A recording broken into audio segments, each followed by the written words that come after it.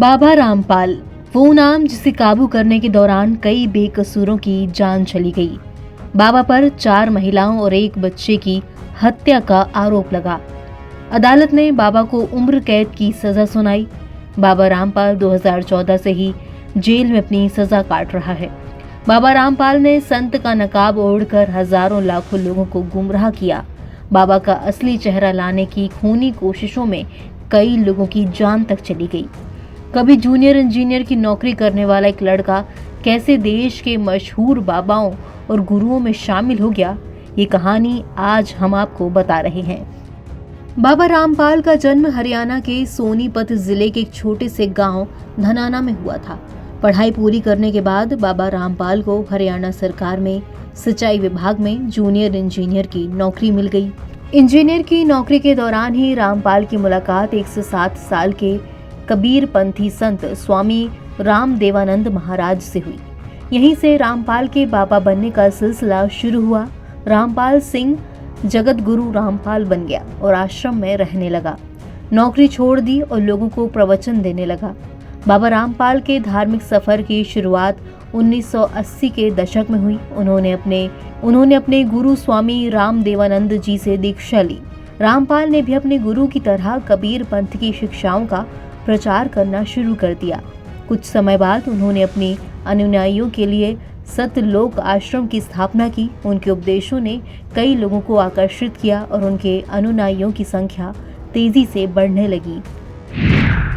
बाबा रामपाल का सफर केवल उपदेशों और अनुयायियों तक ही सीमित नहीं रहा, बल्कि उनके जीवन में कई विवाद भी आए। बाबा रामपाल के जीवन में विवादों की शुरुआत साल 2006 में हुई, जब स्वामी दयानंद की लिखी एक किताब पर उन्होंने एक टिप्पणी की। इसके बाद आर्य समाज बाबा रामपाल के खिलाफ खड़ा हो गया। आर्य समाज और बाबा के अनुयायियों के बीच संघर्ष हुआ, जिसमें एक व्यक्ति की मौत हो गई। इस घटना के बाद रामपाल पर हत्या का मामला दर्ज हुआ। पुलिस ने आश्रम को अपने कब्जे में ले लिया। रामपाल और उनके 24 समर्थकों को गिरफ्तार कर लिया गया। 2008 में बाबा जेल से बाहर आया और 2009 में बाबा रामपाल को आश्रम वापस मिल गया। लेकिन इसके बाद बाबा के जीवन में भूचाल आना बंद नहीं हुए। बाबा के खिलाफ आर्य समाज के लोगों ने सुप्रीम कोर्ट में अर्जी दी। कोर्ट ने याचिका खारिज कर दी। इसके बाद 12 मई 2013 को नाराज आर्य के लोगों और रामपाल के समर्थकों में एक बार फिर झड़प हुई। उस झड़प में 3 लोगों की मौत हो गई, करीब 100 लोग घायल हो गए। 2014 में रामपाल के खिलाफ अदालत में पेश न होने के कारण अवमानना के आरोप में गिरफ्तारी का आदेश दे दिया गया। पुलिस ने सतलोक आश्रम पर धावा बोला, जहां उनके अनुयायियों ने उनकी गिरफ्तारी को रोकने के लिए प्रतिरोध किया। इस घेराबंदी में कई लोग घायल हुए और 1 सप्ताह तक चले इस घेराबंदी में 6 लोगों की मौत हो गई। इसके बाद रामपाल को गिरफ्तार कर चंडीगढ़ ले जाया गया, जहां उनका मुकदमा चलाया गया। बाबा रामपाल पर कई आरोप लगे, जिनमें हत्या, अवैध हथियार रखना और दंगा करना शामिल थे। रामपाल की गिरफ्तारी के बाद उन्हें अदालत में पेश किया गया और कई सालों तक कानूनी लड़ाई चलती रही। 2018 में हिसार की अदालत ने उन्हें दोषी ठहराया और आजीवन कारावास की सजा सुनाई।